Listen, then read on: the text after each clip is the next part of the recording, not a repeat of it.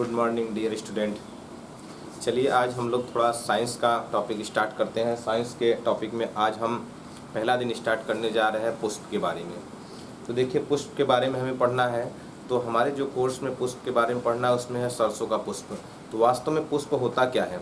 देखिए पुष्प किसी पौधे का वह भाग होता है जो इस पौधे का मुख्य रूप से कह सकते हैं विशेष भाग होता है, जो कि प्रजनन के लिए वृद्धि और विकास करता है।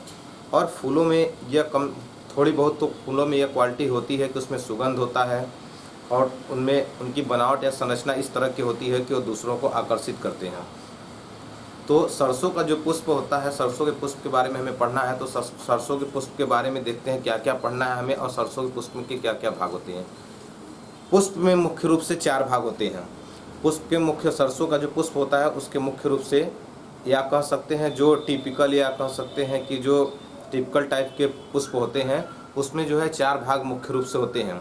उन चारों भागों में पहला क्या होता है, हमें देखिए पुष्प के भाग में क्या क्या पढ़ना है।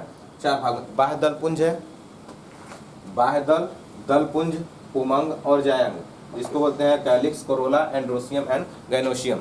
यह 4 भाग इसके पुष्प के मुख्य रूप से 4 भाग हैं। क्या है? बाह्य दल है, दल पुंज है और पुमंग है और जायंग है। इसको हम लोग बोलते हैं कैलिक्स, कोरोला और एंड्रोसियम और गैनोशियम। यह 4 भाग जो पुष्प के मुख्य रूप से 4 भाग, अगर यह चारों भाग जिस पुष्प में पाया जाता है वह एक कह सकते हैं पूर्ण रूप से पुष्प की बात होती है। अगर कोई जो है इसमें से अनुपस्थित रहता है तो उससे कंप्लीट या पूर्ण रूप से पुष्प नहीं मानते हैं। या एक तरह से कह सकते हैं कि यह जो 4 भाग हैं ये सबसे जरूरी भाग है, इसके पुष्प के चारों भाग सबसे अति आवश्यक है। देखिए सरसों का जो पुष्प बना है उसमें हम देखिए क्या क्या बना है। सरसों के पुष्प में है क्या, यह हमारा है देखिए यह पुष्पासन है, जिसपे पुष्प स्थित होता है उसे बोलते हैं हम लोग क्या, पुष्पासन। और पुष्पासन के जस्ट बगल में बाह्य दल होते हैं जो संख्या में 4 होते हैं।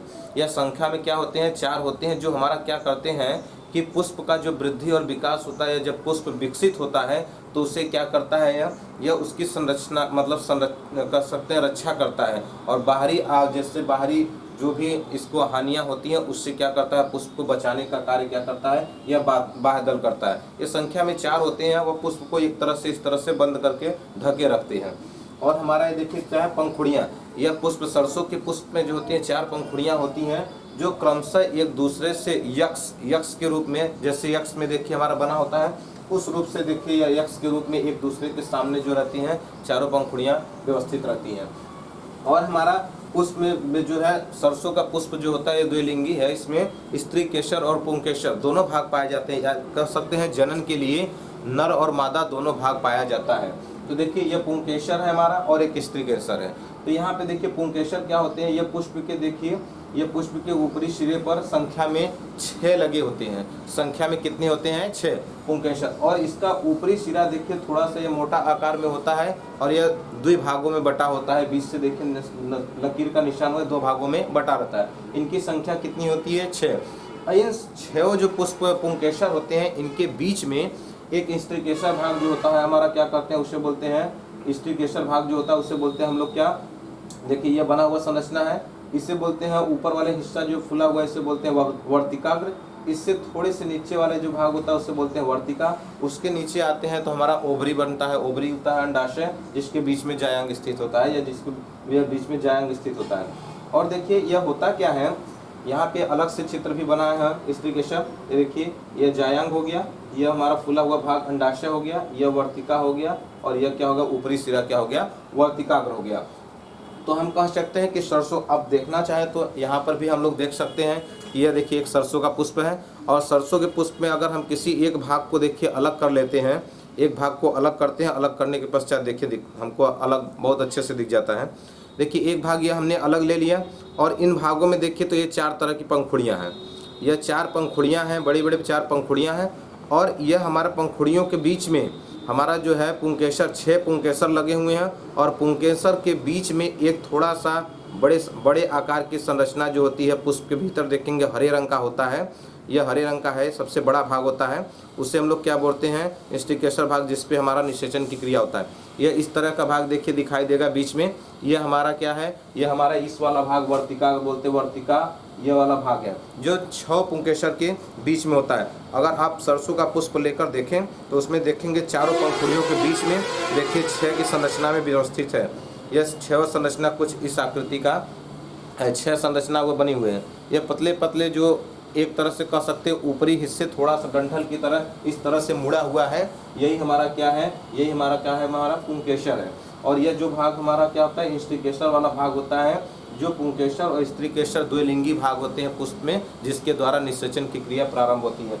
देखिए सरसों का पुष्प हमने बताया, सरसों का पुष्प क्या होता है, तो पुष्प किसी भी पौधे का कह सकते हैं कि ऐसा भाग होता है जो उसे क्या करता है, एक तरह से सुशोभित करता है और दूसरों को आकर्षित करता है। इसकी संरचना एक विशेष प्रकार के इस तरह से बना हुआ है कि जो पौधों को क्या करता है, जनन के लिए या कह सकते हैं कि पौधों में विशेष गुण को उत्पन्न करने के लिए होता है। तो यहाँ पे हम देखें सरसों के पुष्प के बारे में पढ़ें तो बोले सरसों के पुष्प के मुख्य रूप से कितने भाग होते हैं, 4। यहाँ देखिए पुष्प के 4 भाग क्या है, देखिए हमारा 4 भाग क्या है, पहला है बाह्य दल कैलिक्स, दूसरा दल पुंज करोला, उमंग होता है एंड्रोशियम, जायंग होता है गैनोशियम।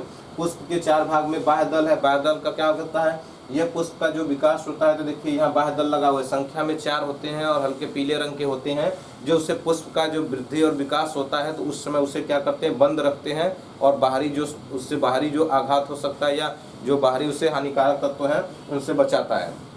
और यह जिस पर व्यवस्थित रहता है उसे बोलते हैं पुष्पासन। और इसके ऊपर चलते हैं तो यह देखिए पंखुड़ियाँ निकलती हैं, ये संख्या में क्या होती हैं, 4 होती हैं, जो एक दूसरे से यक्ष क्रम में व्यवस्थित रहती हैं।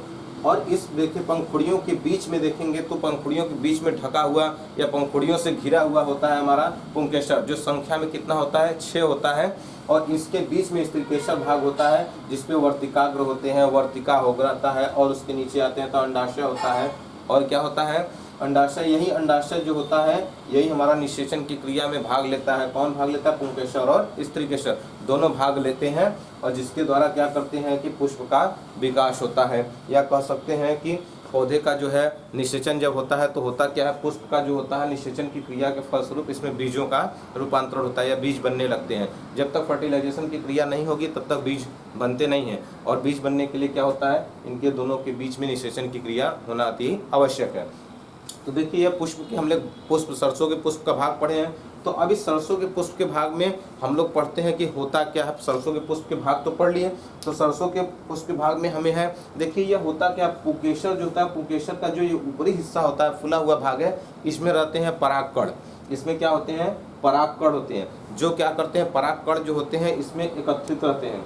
और यह क्या करते हैं, यह परागकण जो होते हैं यह कहाँ पहुँच जाते हैं, अगर दूसरे उसी पुष्प के वर्तिका, जैसे कहने का मतलब यह है कि हम लोग जब ये पढ़ेंगे पुष्प का निषेचन पढ़ेंगे या परागण पढ़ेंगे, तो परागण मुख्य रूप से 2 प्रकार का होता है, सेल्फ पॉलिनेशन और क्रॉस कर सकते हैं, या कह सकते हैं स्वपरागण और परपरागण। तो देखिए स्वपरागण और परपरागण होता क्या है, पहले इसके बारे में जानना अति आवश्यक है कि स्वपरागण क्या होता है। तो जब देखिए किसी कह सकते हैं कि स्वपरागण की क्रिया में क्या लाभ है, स्वपरागण और परपरागण के, क्यों स्वपरागण और परपरागण से क्या लाभ और क्या हानियाँ, इसको पढ़ते हैं।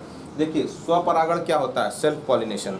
तो स्वपरागण में क्या होता है, जब किसी पुष्प का, मतलब कह सकते हैं जब किसी पुष्प का परागकण उसी पुष्प के वर्तिकाग्र पर, जब किसी पुष्प का परागकण उसी पुष्प के वर्तिकाग्र पर, जैसे इसका यह पुष्प है, इसका परागकण है, यह यहाँ से निकलकर इसी पुष्प के वर्तिकाग्र पर, जब उसी पुष्प के परागकण उसी पुष्प के वर्तिकाग्र पर आकर चिपक जाते हैं, या कह सकते हैं कि जब उसी पुष्प के परागकण उसी पुष्प के वर्तिकाग्र पे चले जाते हैं, और यह इस प्रकार का जो निषेचन होता है इसे हम लोग बोलते हैं क्या, स्वपरागण। देखिए स्वपरागण में क्या होता है, जब उसी पुष्प के परागकण, मतलब पुंकेसर भाग के परागकण उसी पुष्प के वर्तिकाग्र पर चले जाते हैं, और वर्तिकाग्र से कहाँ पे आएगा, वर्तिका पर, वर्तिका से ओवरी अंडाशय में, अंडाशय से जायांग में, और इस तरह से हमारा निषेचन की क्रिया क्या होती है, प्रारंभ हो जाती है। तो हमारा कहते हैं जब उसी पुष्प के परागकण उसी पुष्प के वर्तिकाग्र पर चले जाते हैं, और इस तरह से जो निषेचन की क्रिया होती है इसे हम लोग क्या बोलते हैं, स्वपरागण। देखिए स्वपरागण में क्या होता है, उसी पुष्प के परागकण जब उसी पुष्प के वर्तिकाग्र पर चले जाते हैं और निषेचन की क्रिया होती है, तो इस तरह का जो हमारा कह सकते हैं कि परागण होता है उसे बोलते हैं क्या, स्वपरागण। स्वपरागण से कई प्रकार के लाभ हैं। स्वपरागण से देखिए लाभ क्या क्या है। स्वपरागण से लाभ यह है कि स्वपरागण से जो परागकण है इनकी संख्या कम होने पर भी यह परागण की क्रिया किया जा सकता है। अर्थात यह जो परागकण है इनको यहाँ से यहाँ तक उसी पुष्प के वर्तिकाग्र पर आना है, तो इनकी संख्या कम होने पर भी, संख्या कम होती है, इनकी संख्या कम होने पर भी यह निषेचन की क्रिया हो जाती है।